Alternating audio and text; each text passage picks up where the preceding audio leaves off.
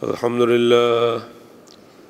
لله رب العالمين الرحمن الرحيم مالك يوم الدين يا أيها الذين آمنوا اتقوا الله حق تقاته ولا تموتن إلا وأنتم مسلمون يا أيها الناس اتقوا ربكم الذي خلقكم من نفس واحدة وخلق منها زوجها وبث منهما رجالا كثيرا ونساء واتقوا الله الذي تساءلون به والأرحام إن الله كان عليكم رقيبا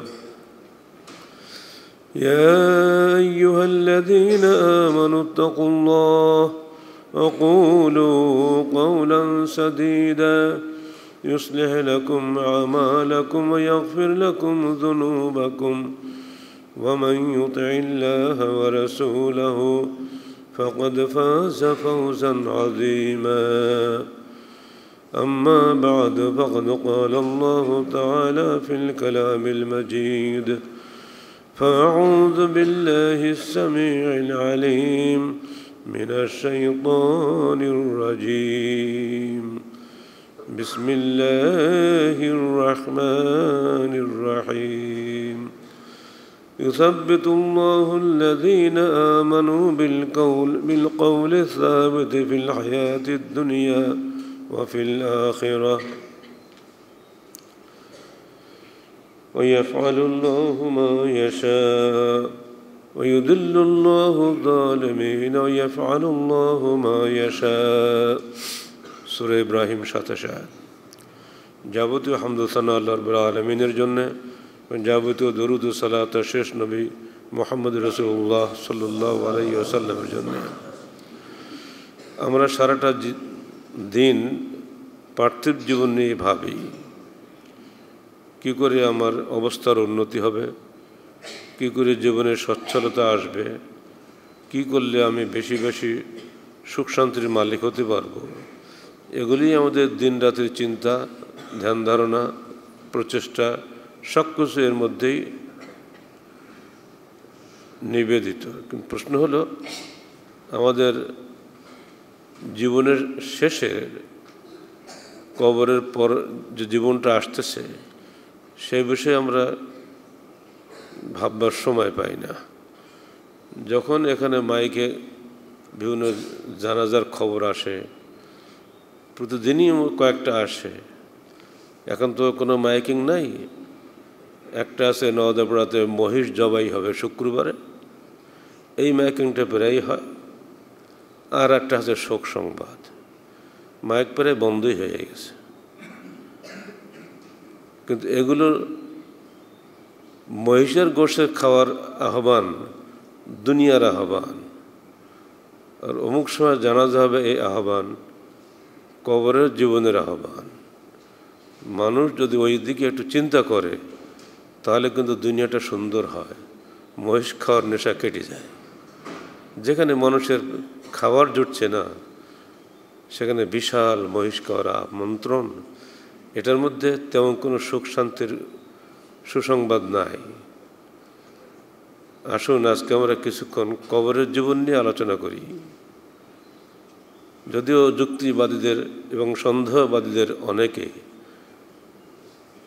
কবর আযাবকে অস্বীকার করেন, কবরের জীবনটাই স্রেফ স্বপ্নের জগৎ মনে করেন, ওটা কিছুই নয়। আমরা কোনো যুক্তিতর্কে যেতে চাই না। আমরা কোরআনের সত্যতায় বিশ্বাসী, হাদিসের সত্যতায় বিশ্বাসী, আমরা ওহীর বিধানের বিশ্বাসী। আমাদের দায়িত্ব সেগুলি জনগণের সামনে তুলে ধরা। আল্লাহ পাক যাকে হেদায়েত দান করবেন তিনি বিশ্বাসী হবেন, যাকে আল্লাহ কবুল করবেন না তিনি অবিশ্বাসী হবেন। আমাদের দায়িত্ব পৌঁছে দেওয়া, বিশ্বাস করা না করার দায়িত্ব প্রত্যেকের নিজের। আমরা নিঃসন্দেহে বিশ্বাস করি আল্লাহ প্রেরিত ওহী সত্য, শাশ্বত সত্য, সাময়িক সত্য নয়, চিরন্তন সত্য, কিয়ামত উদয়কাল পর্যন্ত এই সত্যের বিপরীত কোনো সত্য আর আসবে না। তো সেখান থেকেই আমরা সূরা ইব্রাহিমের ২৭ আয়াতটি আপনাদের সামনে তেলাওয়াত করেছি। আল্লাহ বলছেন, ইউসাব্বিতুল্লাহু আল্লাযীনা আমানু বিল কওলি সাবিতি ফিল হায়াতিদ দুনিয়া ওয়া ফিল আখিরাহ ওয়া ইউদিল্লুল্লাহু যালিমিনা ওয়া ইয়াফআলুল্লাহু মা ইয়াশা। আল্লাহ পাক বিশ্বাসীদের হৃদয়কে দৃঢ় রাখেন দৃঢ় কলেমা দ্বারা, পার্থিব জীবনে এবং পরকালে। তিনি জালেমদেরকে পথভ্রষ্ট করেন এবং তিনি যা চান তাই করেন। এই ছোট্ট একটি আয়াতের মধ্যে এর ব্যাখ্যা যখন আমরা করব, নানাবিধ ব্যাখ্যা আসবে। ব্যাখ্যা স্বয়ং আল্লাহ রসুল যদি দিয়ে দেন, আমাদের কিছু বলার থাকে না। আনবার বিন আযিব রাদিয়াল্লাহু আনহু قال قال رسول الله صلى الله عليه وسلم نزلت هذه الآية في عذاب القبر يأتيه ملكان فيقولان له من ربك يقول ربي الله وما دينك يقول ديني الإسلام متفق عليه। এই আয়াতের ব্যাখ্যায় মুহাম্মদ রাসূলুল্লাহ সাল্লাল্লাহু আলাইহি সাল্লাম বলছেন, এই আয়াতটি নাজিল হয়েছে কবর আযাব সম্পর্কে। আপনি অস্বীকার করুন, সেটা আপনার ব্যাপার, কিন্তু সাদুকুল মাসদুক, যিনি কখনোই মিথ্যা বলেন না জীবনে, তার জবান দিয়ে কথা এসেছে যে আয়াতটি নাজিল হয়েছে কবর আযাব সম্পর্কে, অতএব কবর আযাব সত্য। আযাব কেন বলছি? অধিকাংশ মানুষই আযাবের অধিকারী হবে, ঈমানদার মানুষের সংখ্যা কম। অধিকাংশের হিসাবেই কবর আযাব বলা হচ্ছে। শুধু কবরে আযাবই হয় না, কবরে শান্তিও হয়। তো শান্তি পাওয়ার লোকের সংখ্যা খুব কম বলেই ইসবাতে আযাবুল কবর বলে হাদিসগুলোতে অধ্যায় রচনা করা হয়। এই আয়াতটি নাজিল হয়েছে ঈমানদারদের জন্য এবং কবরের পরবর্তী অবস্থা সম্পর্কে।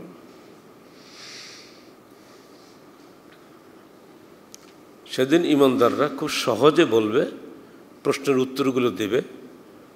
আসুন আমরা সেখানকার একটা বাণীচিত্র আল্লাহ রসুলের জবানিতে শুনে নিই, তাহলে আমাদের আলাদা কিছু বলা লাগবে না।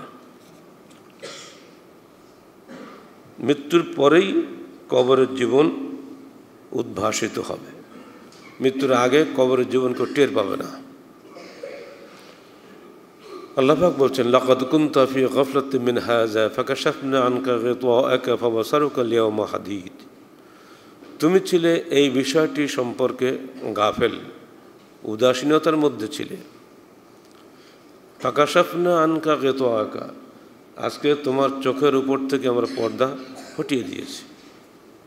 ফাবাসারুকা আল-ইয়াওমা হাদীদ, তোমার চক্ষু আজকে সুতীক্ষ্ণ, দেখো সব।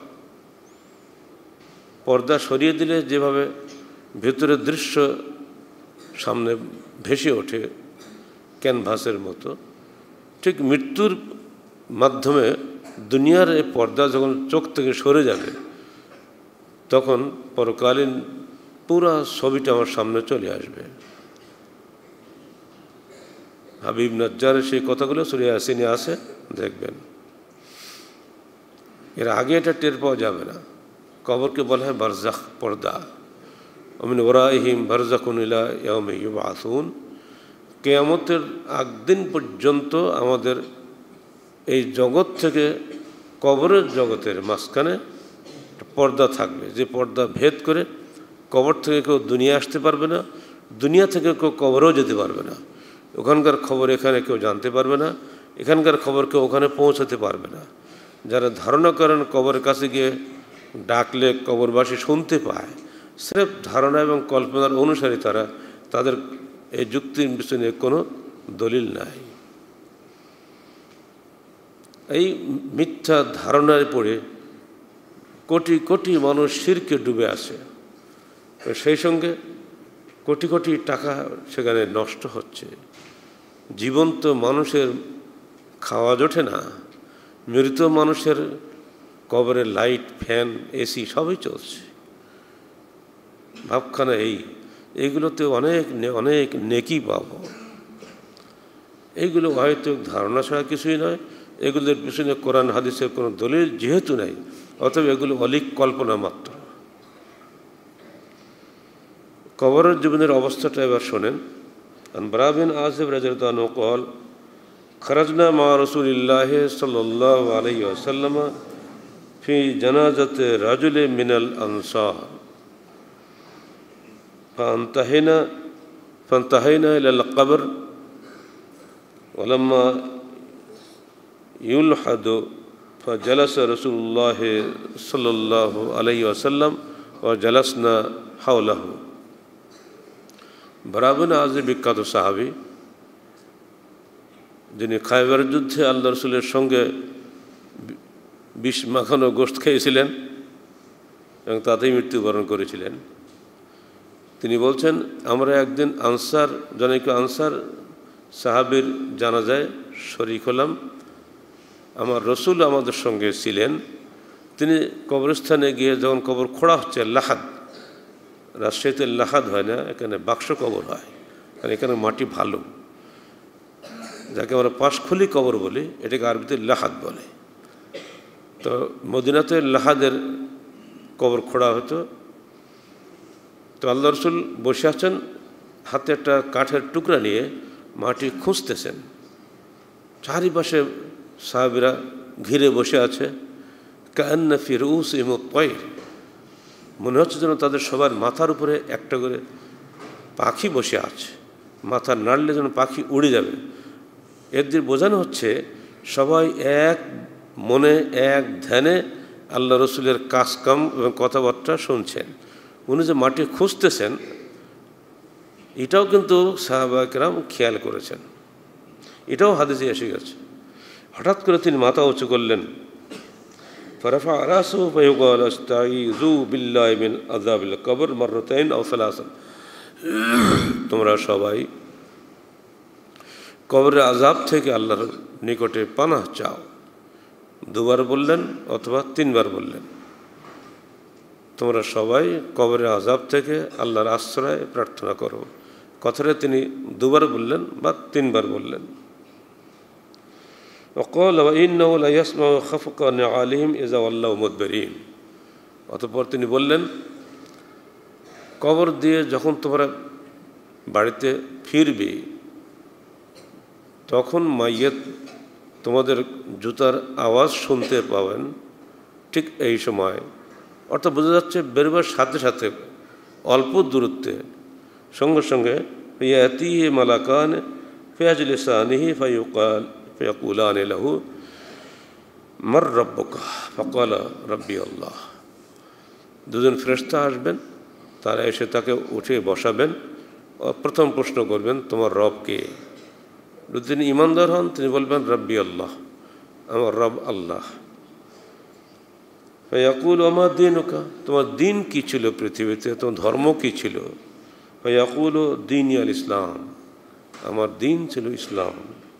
ফায়াকুলানে মা হাযার রাজুল আল্লাযী বুইসা ফীকুম, এই লোকটি কে যাকে তোমাদের মধ্যে প্রেরণ করা হয়েছিল?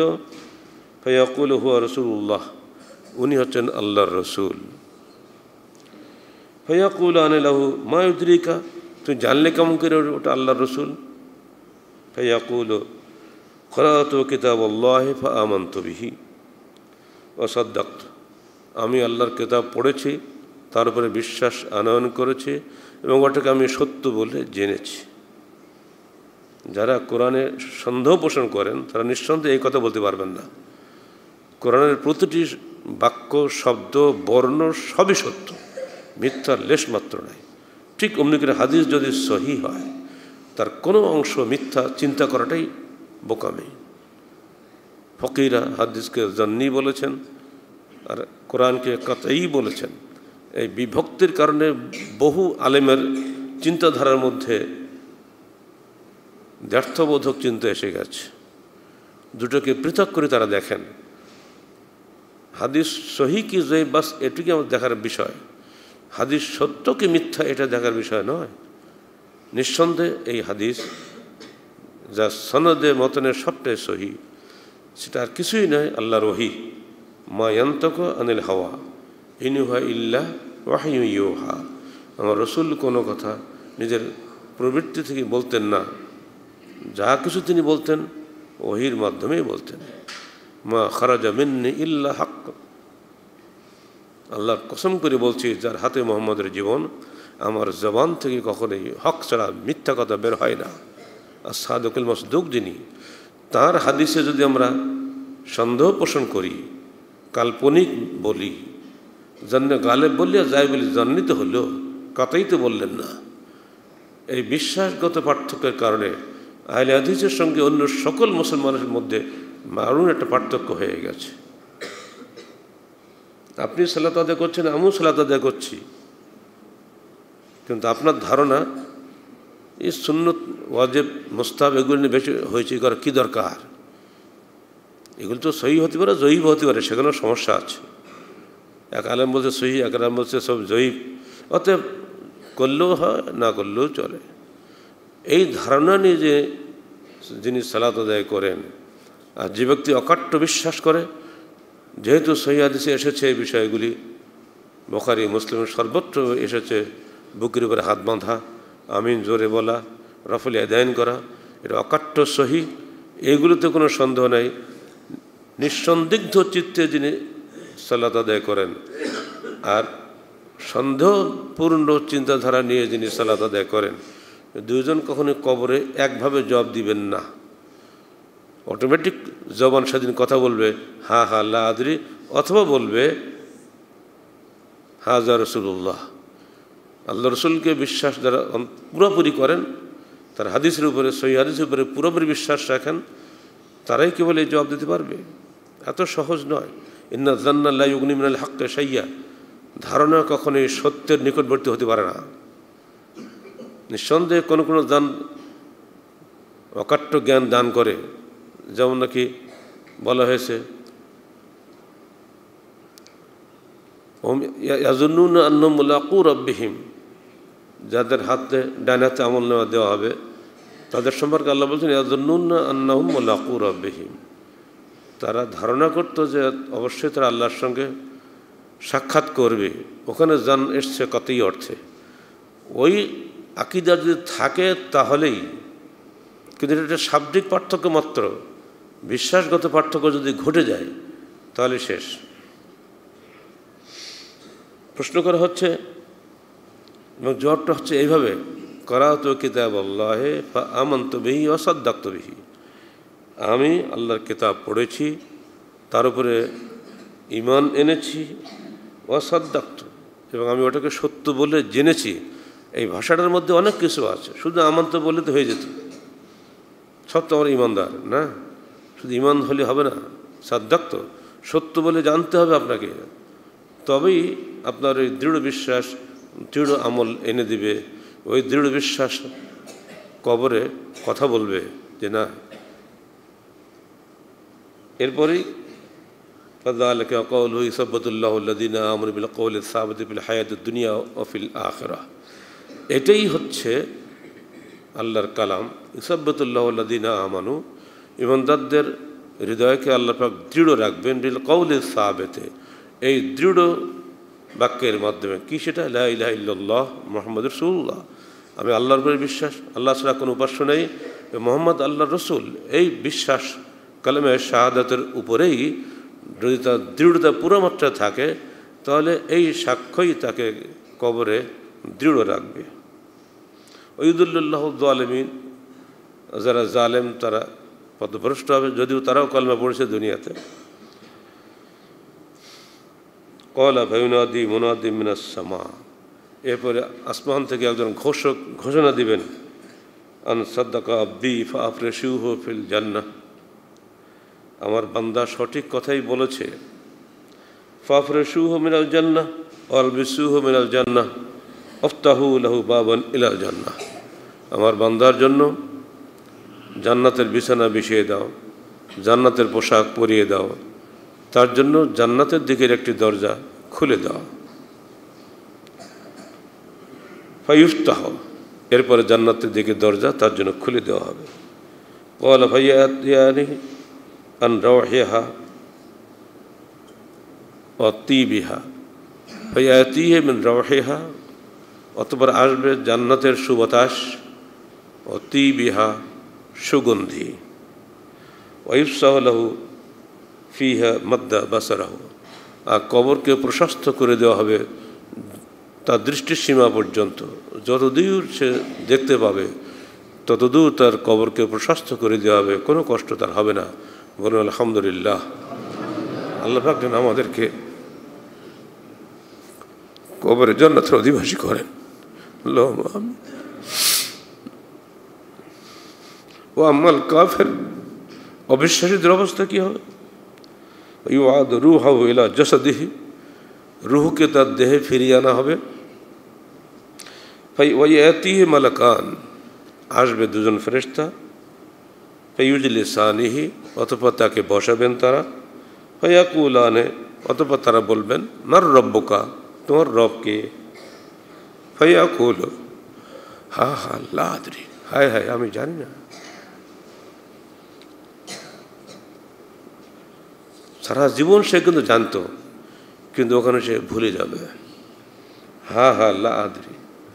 ফায়াকুলানে মা দীনুকা, তারা বলবেন তোমার দিন কি?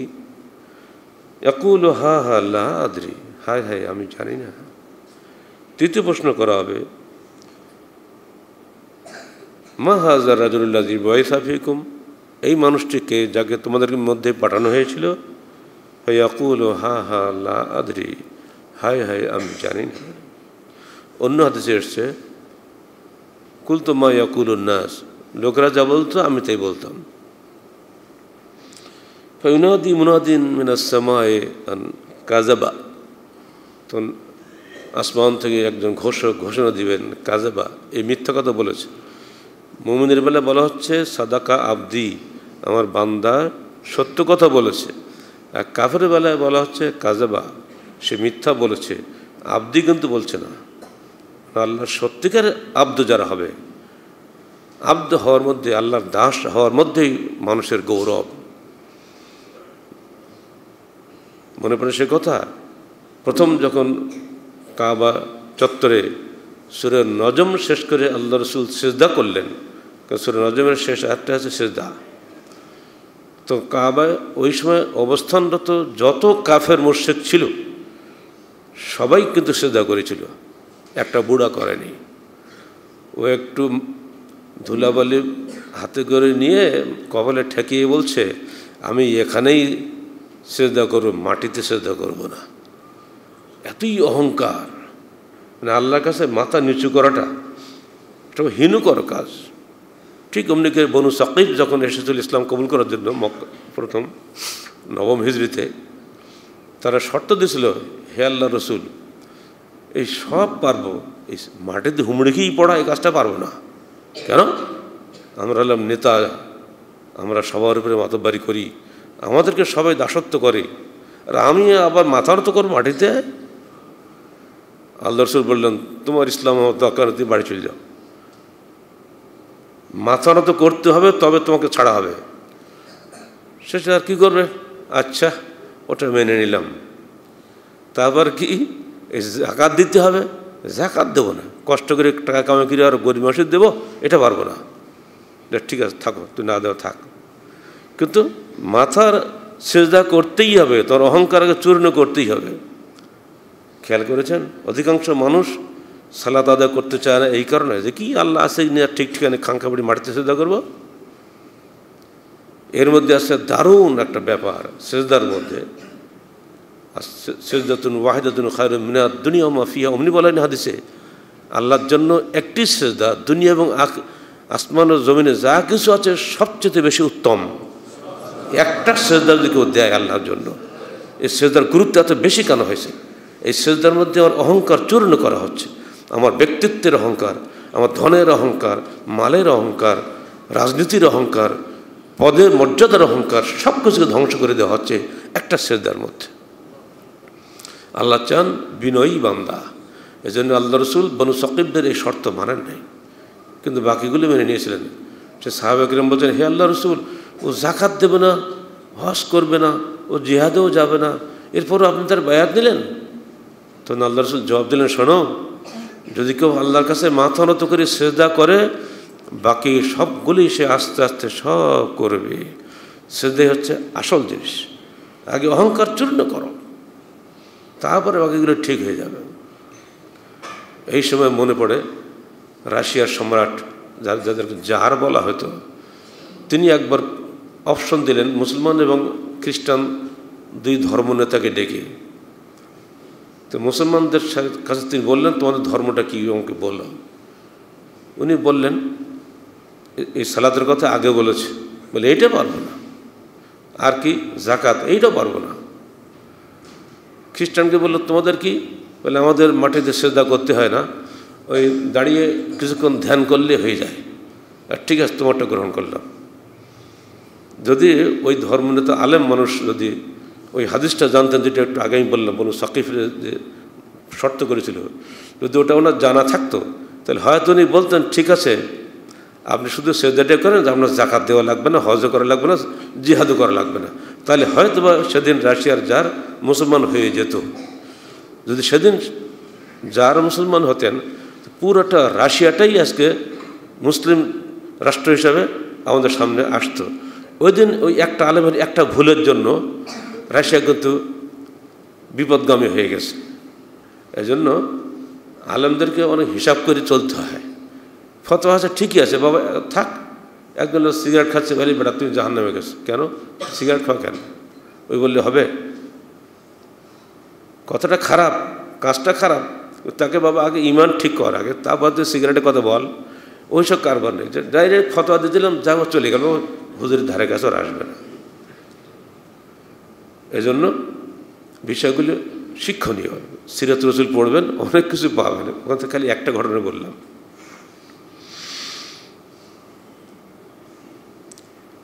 একে কাজেবা আব্দি বলা হচ্ছে না, শুধু বলা হচ্ছে কাজেবা। না, আল্লাহ পাক তাকে আব্দি বলতেও লজ্জা পেয়েছেন, যে কখনোই আমাকে চিনে না, ওর রবকে চিনে না, ও দিনকে জানে না, রসুলকে চিনে না, ও কি আব্দি হবে নাকি? সেটা বান্দাই হতে পারে না। এজন্যে আল্লাহর ঘোষণা আসলো কাজেবা, এটা মিথ্যা বলেছে। ফাফরেসুহু মিনান নার, ওকে জাহান্নামের বিছানা বিছিয়ে দাও। আলবিসুহু মিনান নার, জাহান্নামের পোশাক পরিয়ে দাও। আফতাহু লাহু বাবান ইলান নার, জাহান্নামের দিকে ওর একটা কবরের দরজা খুলে দাও। ক্বালা ফায়াতিহি মিন হাররিহা ওয়া সামুমিহা, অতঃপর তার কবরে জাহান্নামের প্রচণ্ড লু হাওয়া প্রবাহিত হওয়া শুরু হয়ে গেল। ক্বালা ওয়া ইউযায়্যাকু আলাইহি কবরুহু হাত্তা তাখতালিফা ফিহি আদলাউহু। 2 নম্বর আযাব, কবরটা এমন সংকীর্ণ হয়ে যাবে যে ডান পাশের এবং বাম পাশের উভয় পাশের একটা আরেকটার দিকে ঢুকে পড়বে। ডান পাশের পাঁজরগুলো বাম পাশে ঢুকবে, বাম পাশের পাঁজরগুলো ডান পাশে ঢুকবে। আর কি হবে? সুম্মা ইউকাইয়াদু লাহু আমা আসাম মাহু মিরজাবাতুম মিন হাদিদ, অতঃপর তার জন্য একটা ফেরেশতা নিযুক্ত করা হবে, যে চোখেও দেখে না, কানেও শোনে না, তার হাতে থাকবে প্রচণ্ড একটা লোহার গদা। সে লোহার হাতুড়ি দিয়ে তাকে পিটানো হবে। লাউ দরিবা বিহা জাবালুল্লাহ সারা তুরাবান, যদি ওই লোহার হাতুড়ি দিয়ে কোনো পাথরে মারা হতো, তাহলে পুরো পাথরটাই এক আঘাতেই মাটিতে পরিণত হয়ে যেত। ফায়াদরিবুহু বিহা জারবাতান ইয়াসমাউহা মা বাইনা মাশরিকি ওয়াল মাগরিবি, অতঃপর ওই হাতুড়ি দিয়ে তাকে প্রথমবারই যখন মারা হবে, সে এমন চিৎকার দিবে যে প্রাচ্য এবং পূর্ব এবং পশ্চিমে এর মধ্যে যত সৃষ্ট জীব আছে, জিন ও ইনসান ব্যতীত, সবাই তার চিৎকার ধ্বনি শুনতে পাবে। ফায়াসিরু তুরাবান, এক আঘাতেই মাটি হয়ে যাবে। সুম্মা ইউআদু ফীহি রূহ, অথবা পুনরায় তার দেহে রূহ ফিরিয়ে আনা হবে, রুহু না আনলে তো মারির কষ্ট পাবে না। রহ আহমদ আবু দাউদ বিসনাদিন সহি ও জাদা ফিহে। এরপর আরেকটা আযাব আসছে, ওই হাদিসে অন্য বর্ণনায় এসেছে অতিরিক্তভাবে, ইয়াতিহে রাজুলুন হাসানুল ওয়াজহ। এমন সময় একজন ব্যক্তি আসবে মাইয়িতের কাছে, তার চেহারা খুবই সুন্দর, হাসানুল সিয়াব, সুন্দর পোশাক, তাইয়িবুর রিহ, সুন্দর সুগন্ধি মিশ্রিত দেহ নিয়ে তার সামনে হাজির হবে। ফায়াকুল আবশির বিল্লাযী ইয়াসুররুকা, তুমি সুসংবাদ গ্রহণ করো যা তোমাকে আনন্দিত করবে। হাযা ইয়াউমুকাল্লাযী কুনতা তুআদু, আজকে সেই দিন যে দিনের প্রতিশ্রুতি তোমাকে দেওয়া হয়েছিল। ফায়াকুলু লাহু মান আনতা, তো মাইয়িত বলবে কে তুমি? ফাওয়াজহুকাল ওয়াজহু ইয়াজিউ বিল খায়র, তোমার চেহারা এত সুন্দর, তো মনে হয় শুধু কল্যাণই আছে। ফায়াকুলু আনা আমালুকা সালেহ, তখন ওই লোকটি বলবে আমি তোমার সৎকর্ম। বলল আলহামদুলিল্লাহ, যত সৎকর্ম আপনি করছেন এইগুলো সেদিন সুন্দর একটা মানুষের রূপ ধরে আপনার সামনে আসবে। ফায়াকুল রব্বে আকিমিস সাআ হাত্তা আরজিউ ইলা আহলি ওয়া মালি, তো লোকটি আনন্দিত হয়ে বলে উঠবে হে আল্লাহ, তুই দ্রুত কিয়ামত দান করো যাতে আমি আমার পরিবারের কাছে এবং আমার মাল সম্পদের কাছে ফিরে যেতে পারি। ওই আনকালবু ইলা আহলিহি মাসরুরা আছে না কোরআনে, সে তখন ফিরে যাবে তার পরিবারের কাছে খুশি চিত্তে, দেখো আমার আজকে কি পুরস্কার আল্লাহ পাক আমাকে দিয়েছেন। ওয়াইনাল আবদাল কাফেরা, যদি লোকটা কাফের হয়, ওয়াতিহি রাজুলুন কবিহুল ওয়াজহে কবিহু সিয়াব, একজন লোক তার সামনে আসবে কুৎসিত চেহারার এবং মন্দ পোশাক পরিহিত, মুনতিনুর রিহ, দুর্গন্ধযুক্ত, সমস্ত দেহটা অত্যন্ত দুর্গন্ধযুক্ত। ফায়াকুল আবশির বিল্লাযী ইয়াসুউকা হাযা ইয়াউমুকাল্লাযী কুনতা তুআদ, তুমি সুসংবাদ গ্রহণ করো এই দিন সম্পর্কে যে দিনটাকে তুমি খুব খারাপ মনে করতে, আজকে সেই দিন যার প্রতিশ্রুতি তোমাকে দুনিয়াতে দেওয়া হয়েছিল। ফায়াকুল মান আনতা, তুমি কে? ফাওয়াজহুকাল ওয়াজহু ইয়াজিউ বিশ-শার, তোমার চেহারাতেই শুধু অকল্যাণ মনে হয়। ফায়াকুল আনা আমালুকাল খাবিস, আমি তোমার সেই অসৎ কর্ম। ফায়াকুল রব্বে লা তাকবিস সাআ, তোমার সে বলে হে আল্লাহ তুমি কিয়ামত দিও না, মানে কিয়ামত দিলে তো বিচার হয়ে জাহান্নামে ঢুকাবে, ও তো হিসাব হয়ে গেছে। হে আল্লাহ তুমি কিয়ামত দিও না। রাওয়াহু আহমদ বিসনাদিন সহি। এবার আসুন মন্দ আমলের আকৃতি ও শাস্তি সম্পর্কে অন্য একটা হাদিস নেন বুখারী শরীফ থেকে। আন আবি হুরায়রা রাদিয়াল্লাহু আনহু قال قال رسول الله صلى الله عليه وسلم من آتاه الله مالا فلم يؤد زكاته مثل له ماله يوم القيامة شجاعا أقرع, যে ব্যক্তিকে আল্লাহ পাক সম্পদ দান করেছেন অতঃপর সে তা থেকে নিয়মিতভাবে হিসাব করে যাকাত দেয়নি, ওই সমস্ত মাল কিয়ামতের দিন সুজান আকরা, বিষধর সাপের আকার ধারণ করে তার সামনে আসবে। লাহু জাবিবাতান, তার দুই দিকে দুটা চিতা থাকবে, সাদা চিতা থাকে না, যারা বিষাক্ত সাপগুলো চেহারাগুলো মনে কল্পনা করেন। ইতব্যাকুহু, তাকে গলা পেঁচিয়ে ধরবে, বেড়িবদ্ধ করবে। সুম্মা ইয়াখুযু বিলাহজামাতাইহি, অতঃপর তার দুই চোয়াল চরমভাবে চেপে ধরবে।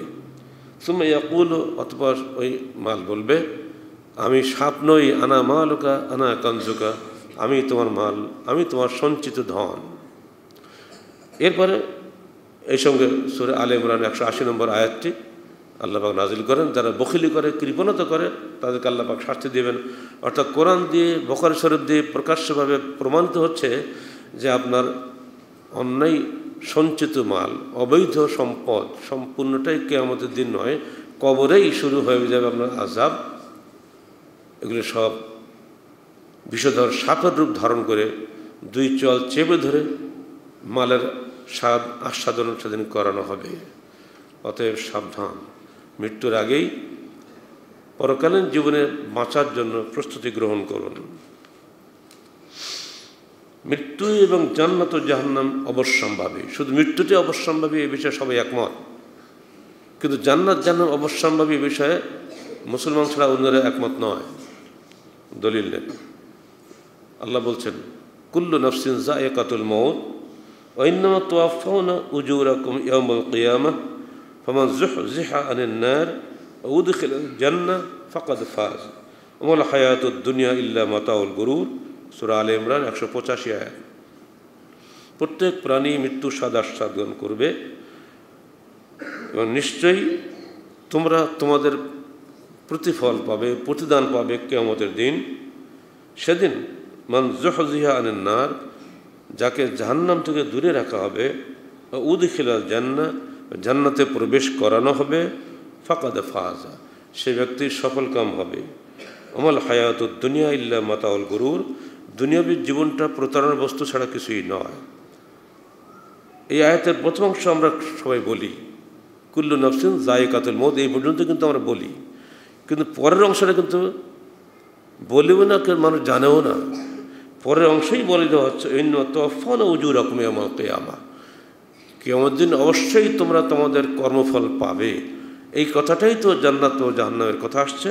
ফামান যুহযিহা আনিন নার, সেদিন যাকে জাহান্নাম থেকে দূরে সরিয়ে রাখা হবে, ও উদখিলাল জান্নাহ, এবং জান্নাতে প্রবেশ করানো হবে, ফাকাদ ফাজ, সেই মাত্র কৃতকার্য হবে।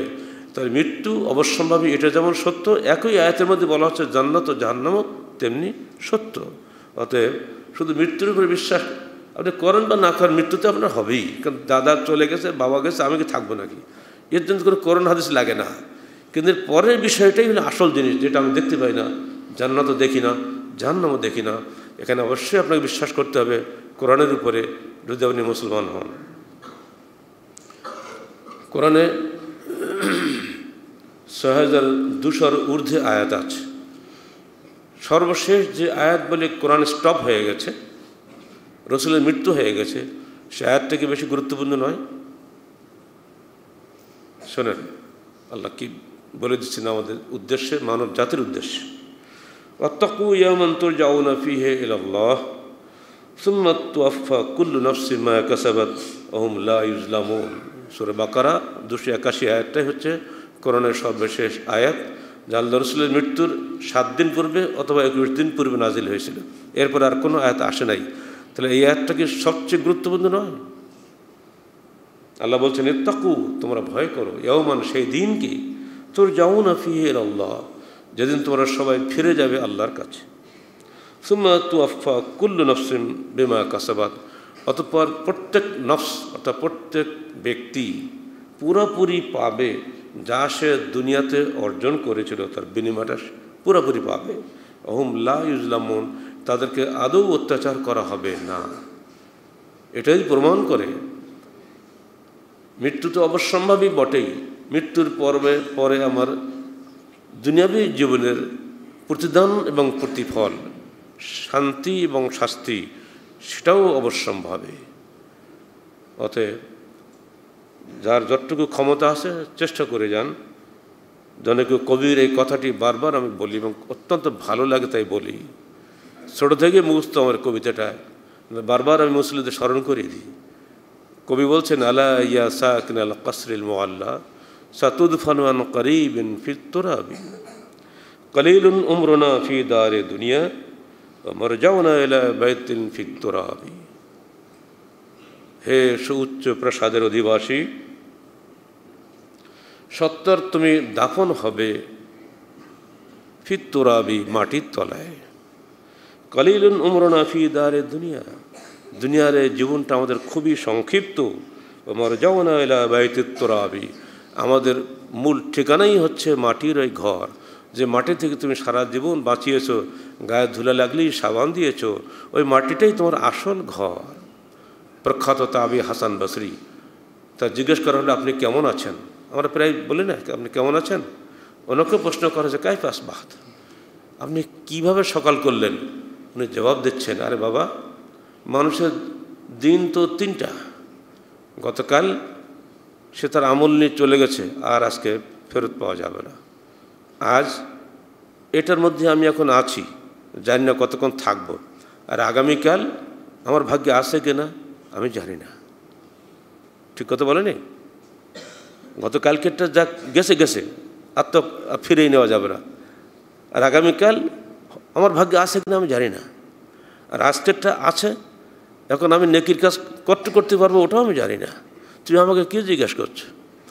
তিনি যখন কোনো মাইয়েতের জানাজা করতেন, যখন কবরস্থ করা হতো মাইয়েতকে, উনি কবরে মুখ দিয়ে উঁকি মেরে মেরে জোরে জোরে বলতেন, কতই না সুন্দর উপদেশ দাদা তুমি হে মাইয়েত, যদি তোমাকে দেখে জীবিত আত্মাগুলো একটু উপদেশ অর্জন করতো তাহলে কতই না ভালো হতো।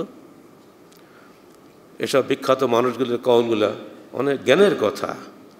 আমরা সবসময় জানাজা পড়ি, কিন্তু জানাজা দেখে নিজের জানাজার কথা স্মরণ হয় না। এটা অত্যন্ত দুঃখজনক। আল্লাহ পাক আমাদের সবাইকে কবরের পাথে অর্জনের তৌফিক দান করুন এবং কবরের এই জীবনটাকে বারবার স্মরণে আনার জন্য আমাদেরকে আল্লাহ ক্ষমতা দান করুন। রমজান একেবারে দুয়ারে এসে গেছে, আর মাত্র কয়েকদিন পরেই রমজান আসতেছে। রমজানের জন্য সাধ্যমতো প্রস্তুতি গ্রহণ করুন।